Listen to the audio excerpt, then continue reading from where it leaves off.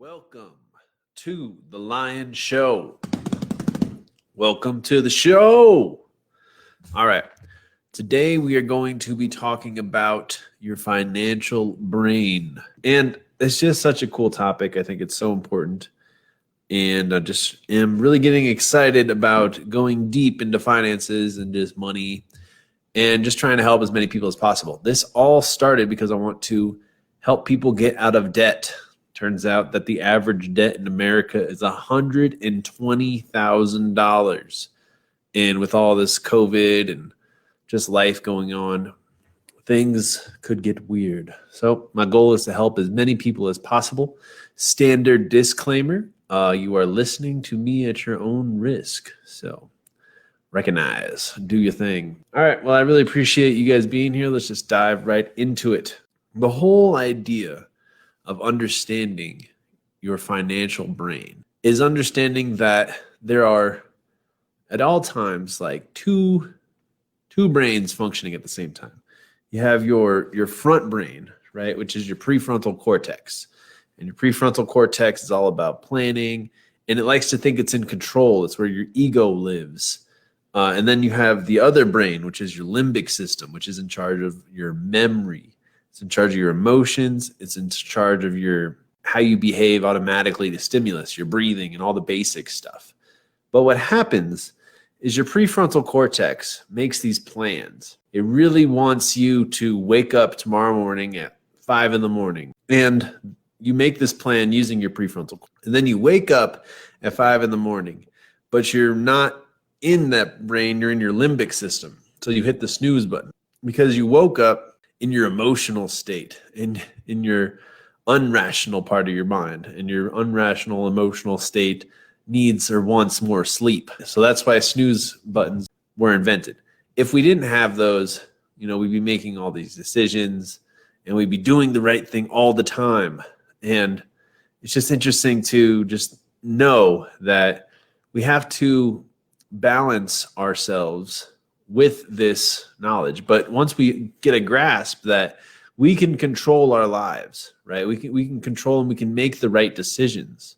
And this really comes into the money part, because if you've ever, traded stocks or made investments in anything, it always goes against your better judgment. Like when the stock markets are crashing, you get scared and you panic and you think you should pull out, when in reality, the smarter thing to do would be to buy more stocks because the price is lower. And you have this emotional roller coaster.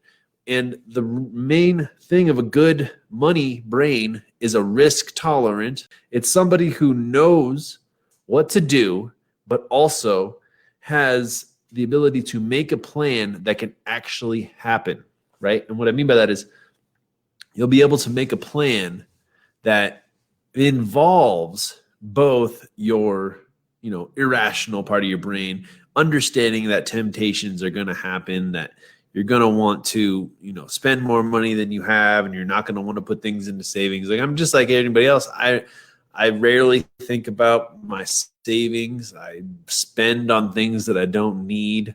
I try and be frugal and I try and be on point, but I'm just like everybody else. But if I have this lifelong goal for my money, right? If I have a lifetime bill, not a bill, but a lifetime plan for what I want to do with my life, then I have at least some ground to put a chokehold on my emotional, irrational brain. And I can focus on making that plan for the long run, making my savings, getting out of debt, doing the hard stuff first. And then I can also understand, like, my brain is always just trying to go for the ones and zeros, right? It's always going for the pleasure and staying away from the unpleasurable. And once we understand that, we can really be able to take control of our lives. So the prefrontal cortex it likes to assume it's in control of our brain. It likes to be like, it's like a rider who's riding an elephant, right? He can control the elephant. He feels like he's pretty good, and he thinks he's in control until the elephant shows who's really boss and just takes off, and, and you lose control. So you have to have this relationship with your emotional body, because if you push yourself too hard, you'll start to do things, you'll lose your willpower. And we have to understand that in our limbic system, it's doing all of our daily tasks, but it doesn't have the rational thoughts that we have for saving money, making more money and spending less. If we get money right now, or have an option to have more money later on, we're more likely to take the money right now, because that's just how we think.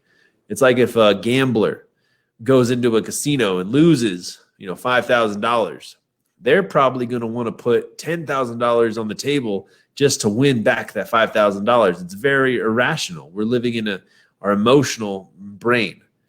But if you want to have that risk tolerant, good financial cap on, you have to do certain things. Now, the story that I want to use as the metaphor is from Homer's Odyssey. And it's when he is going to have to drive his ship through the sirens, right? The sirens are these like beautiful fish women or something that have this song that make men lose their mind. And in order for Odysseus to ride through the ocean and ride through the sirens, he has his crew strap him to the mast so that he can't break free and go with his urges, right? That is such a good metaphor for your financial plan. You got to make this bulletproof financial plan to get out of debt, then get money. Because my whole goal right here is to help people get rich. I want to make you rich for free. Don't have a course, none of that shit. Just trying to help people out. So what's going to be your mass that you can buckle yourself into, right? You got to have a budget. You got to have a plan that you can actually stick to.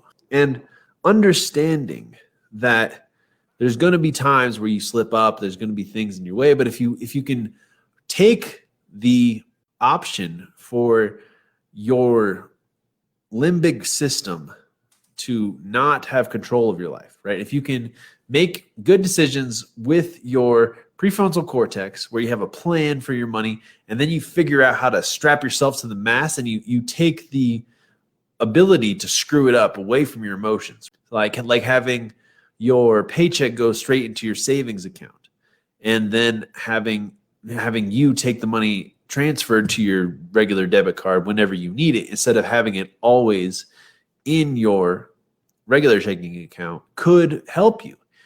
Doing this, right, having all your money first go to your savings account and then a small portion come to your debit card for spending, could help you fight those irrational urges, because it could take a few days for you to want to buy something. And after a few days, you are going to be able to know if you still really need that or if that was just an impulse buy. See, we're all very impulsive and we hate waiting for things. That's why so much of America is just buried in debt, buried in credit cards. Because using a plastic card, right, to buy something that someday, not now, we're going to have to pay for, doesn't compute, especially when some of these credit cards have like interest rates of like 20% or more now even. And people are burying themselves in debt because of this whole coronavirus, hoping and praying that they figure out a way out. Well, we're going to figure out how to get out. And the best thing that you can do is figure out ways to not let your emotional brain get in the way, right? Get your financial brain on track, alert and awake, and then figure out as many ways as you possibly can to make more money and spend less money. You can use your life energy to make yourself more money, but if you keep spending all your money irrationally, it's not going to do you any good. If you have a budget right now and then you want it to do better so that you can actually get out of debt, so you can have the things, so you can work on your credit, these are all very important things that we don't take into consideration when we're at the bar or when we wake up and drink, $7 coffees or whatever. If we can figure out how many ways that we can just squirrel the money away from our emotional self and stick to a plan, we're going to be much better with our finances going forward. Now, I'm an entrepreneur. I wish I had like a paycheck where I knew how much I was getting every week. Instead, I get paid randomly massive chunks and sometimes none at all, where I'm just, out there, but I am in control of how much money I make now because of ads and things like that I run. If I had my own budget, though, I roughly can figure out how much money I make per month, because sometimes I don't have any and I have to make it all in like a week real fast. And then sometimes I have surpluses of cash and I don't know what to do with it.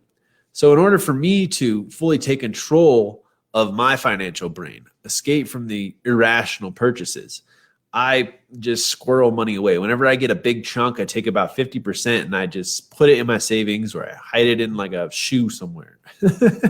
And doing this has actually helped me, because if I have it all in hand, I am more likely to just go buy a larger product. Like when I get, $10,000, $20,000 check, I buy a car. At least that's what's happened lately. I've bought 2 cars whenever I get these big checks. And instead of doing the payments, it's probably the best thing I could possibly do because I need those. But what I could have done is I could have saved a lot of that for the rainy days, for my future, for things that are actually going to matter. I could have paid off credit cards, which I did as well. The first time I got one of those huge, like, it wasn't the first time, but like within recently, where I got $10,000 for an order, we paid off all our credit cards. We were completely out of debt. And then I decided, okay, I did that once. I can probably do that again. And all I did was I go and I spent all the credit cards back up investing in business stuff. Now, a lot of that business stuff turned out pretty good, but I didn't pay the credit cards back. And now I have this insane amount of interest on all these cards. We do irrational things. So the moral of the story is, before you make large financial decisions, you got to sleep on it. That's why I like the idea of all the money going in the savings account. And then whenever you need the money, you transfer it into your debit card, because then you at least have a night to sleep on it, to figure out, what is the best plan for your money, because we're not always in the right headspace. We're not always on our A game. Sometimes we're beat up, we're tired, we've been working really hard. A lot of times we get our biggest amounts of money after we've just been working like crazy, and then we get it and we have to like celebrate. We got to do something crazy and we spend it all. The real first steps of getting out of debt and then getting rich and making more money is first understanding where you are right now.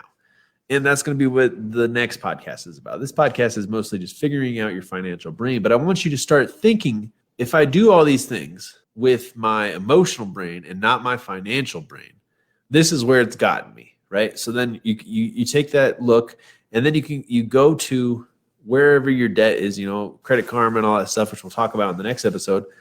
And we're going to just see exactly where it has gotten you and where you are right now. And then you can really start to hone in on taking the power away from your limbic system, from the part of your emotional brain that doesn't do all the best stuff all the time. Sure, it has some fun. I'm sure lots of fun has happened because people are just impulsive and they do crazy stuff. But if we want to build our home out of brick and lay that foundation for our financial future so that we can retire, so that we can have more fun, so that we can do more with our lives and help more people. Like, the reason I really want to make a lot of money is I want to be able to take care of my family.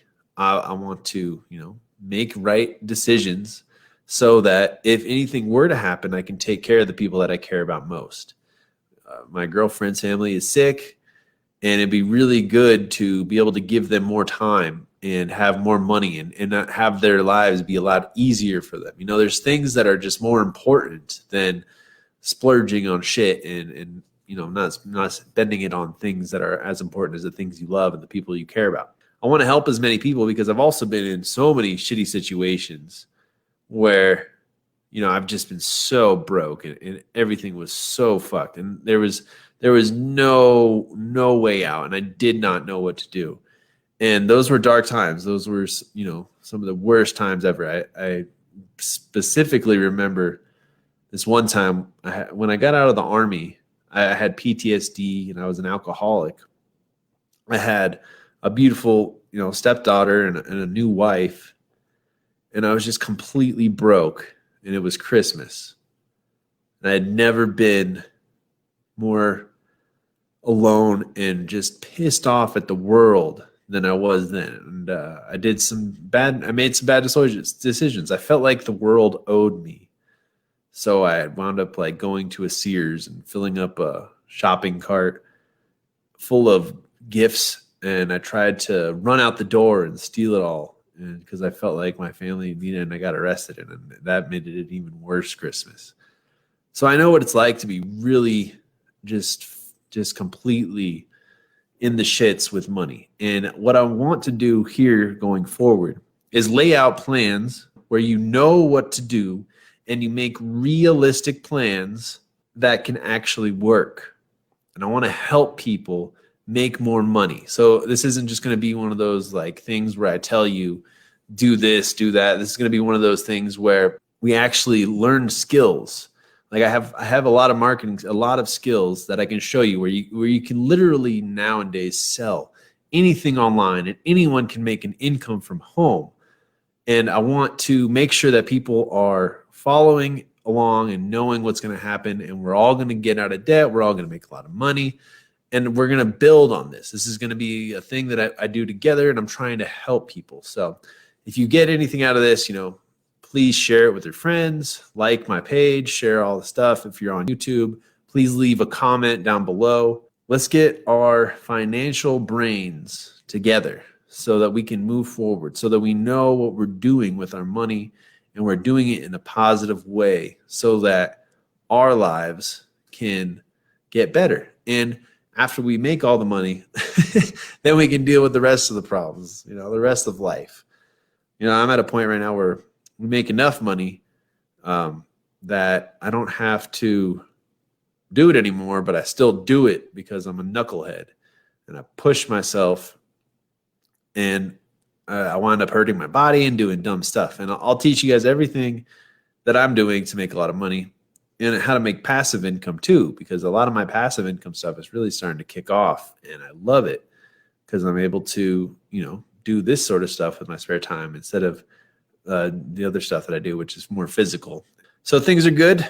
Let's figure out, first of all, what is your financial brain going to do whenever you get into that moment where it's like, okay, I'm going to put aside $1,500 to pay my credit card bills this month. In order for me to do that, I need to make an extra $500 somehow. I need to also not spend all the money that I make, not be focused with my emotional brain, and I need to avoid certain situations, right? Whenever we have those impulses, there's usually things that line up for when those go off. Like your impulse to buy yourself new stuff. Sometimes you got to go buy like a new shirt, there's nothing wrong with that. But it's good to plan for those things. It's good to pay yourself first, but then also make sure that you save so much and make sure that your money is actually going towards improving your credit, is actually going towards getting out of debt, is actually going to benefit you in an investment in the future, instead of going towards something that's just going to disappear like right away, like alcohol. I can't tell you how many nights I've gone drinking, spent $100, and all that happened is I barfed it up. Barfing up $100 for no reason when I could have invested it in something. Could have used my financial brain. Instead, I was going with my emotions and my, weaker side. This is just all about realizing like there is that part of my brain that makes a lot of bad decisions. So how can I take my money away from that person? Doesn't mean you can't just go out and have fun. You can go out and not spend any money. You just have to have that extra wheel turning, that fifth gear that's going, okay, I don't want to spend any money, or I'm going to leave my wallet at home, but I'll bring, my ID and $100, and that's going to be my party money. I'm not going to go over that. And it's all about making the right decisions instead of just going on a whim and screwing it up. It's pretty easy to screw everything up. It's hard to become financially free, to be financially abundant, and be focused. But it's very possible, and it's what everybody wants. It's just not pretty. It doesn't have a bow. It doesn't come easily to people. It has to be worked on as a skill, and that's what we're going to be working on going forward, is our money skills. Right now we're just trying to understand that our brain is wired to not be as good with money as it should be. When the stock market falls and we see our investments tank, we panic and we sell at the bottom. And instead of, we should be buying at the bottom and riding it up. When we have a lot of money, we spend it on things that we don't necessarily need instead of planning. We are very impulsive creatures. If you have all your money in cash, you're less likely to buy a bunch of crazy stuff. Whereas if it's just on a credit card or a debit card, it's just a swipe. It's not even a swipe anymore. You just tap shit with your phone and your money's gone somewhere else. Our brains don't calculate it that money is our life energy in a lot of cases. Maybe there's some people out there who make a lot of money, your daddy's money or whatever, but for normal American people, you're putting your life energy to earn that money, to work hard. And for a lot of people, it's not even like their jobs aren't important to them. They're not actually working on anything that's going to get them anywhere. They're just making enough money to get by. And you need to realize you're spending your life energy on McDonald's burgers getting delivered or whatever, like Starbucks coffee is going out. You could be investing in your business that you love for the next 10 years, but instead you're investing your life energy in other big corporations that don't care about you's businesses. You see what I'm saying? It's important that we know our value as well. If you have a base pay that right now of say like $10 of what you're getting paid, you need to realize you're worth a lot more than that. So you need to go out there on your days off and look for jobs that pay more, or look online for jobs that pay more, and then say, okay, I can do this. I can take this side job to make this more money. And there's always opportunities if our mind and our brain is on and open. If you're already fairly successful and you want to work on your financial brain, the question that I ask myself are two. The first one I ask is, what is the biggest impact I can have today for my finances? And the second one is, what would this look like if it was simple? If you have those two ideas always in your mind, so when you wake up in the morning, you're like, what are the two biggest things or three biggest things or the one biggest thing that I can get done today that will have as much impact on my financial or my life as possible? And then I like to ask, what would it look like if this was simple? And then I figure it out, and you can go forward with that. Regardless, to have that extra financial wheel turning in your mind is important. It's not important to get obsessed with money. There's lots of people that are obsessed with money. Money can even become an addiction.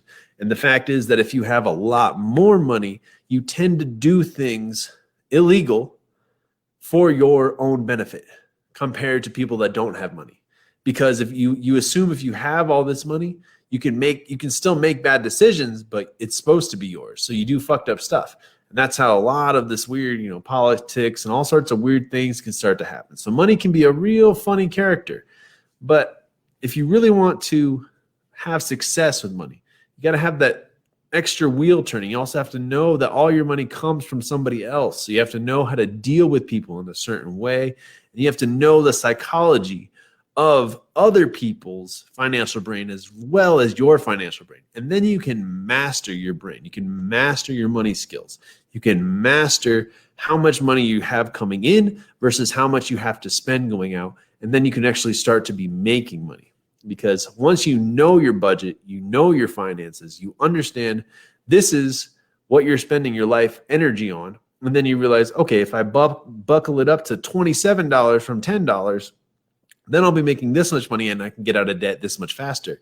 If I start these passive incomes that starts to rake in money and starts to create wealth for myself, then I can start to do more stuff. But every day you have the opportunity to use your financial brain to do more, to make more money, as opposed to thinking of your days off as relaxing and turning your brain to mush. You could be investing in yourself as well, so that future you'll be able to do whatever you want and be able to live your best life. So this has been my rant. I hope you got something out of it to start just thinking about your financial brain, thinking about making more money with your life energy, thinking about getting away from making those irrational decisions with your emotional brain, and strapping yourself to the mass and riding through the sirens of life that are going to give you urges and cause you problems. It's very important that you are on the right path so that you can be as happy as possible and live your best life. So if you enjoy this, again, just share. I really appreciate that. Leave a comment down below. Make sure you can hear me and everything's cool. And yeah, we're going to be talking about money for a while now. The next one, I think, like I said, is going to just be first, helping you get out of debt is understanding, what your debt is, where you're at in life. And you don't have to feel too bad if it's over $120,000. You're just barely above average in America for debt, which is crazy. And then after we go through how much debt you have, we're going to talk about how to create a budget, how to get out of that debt, how to come up with a plan.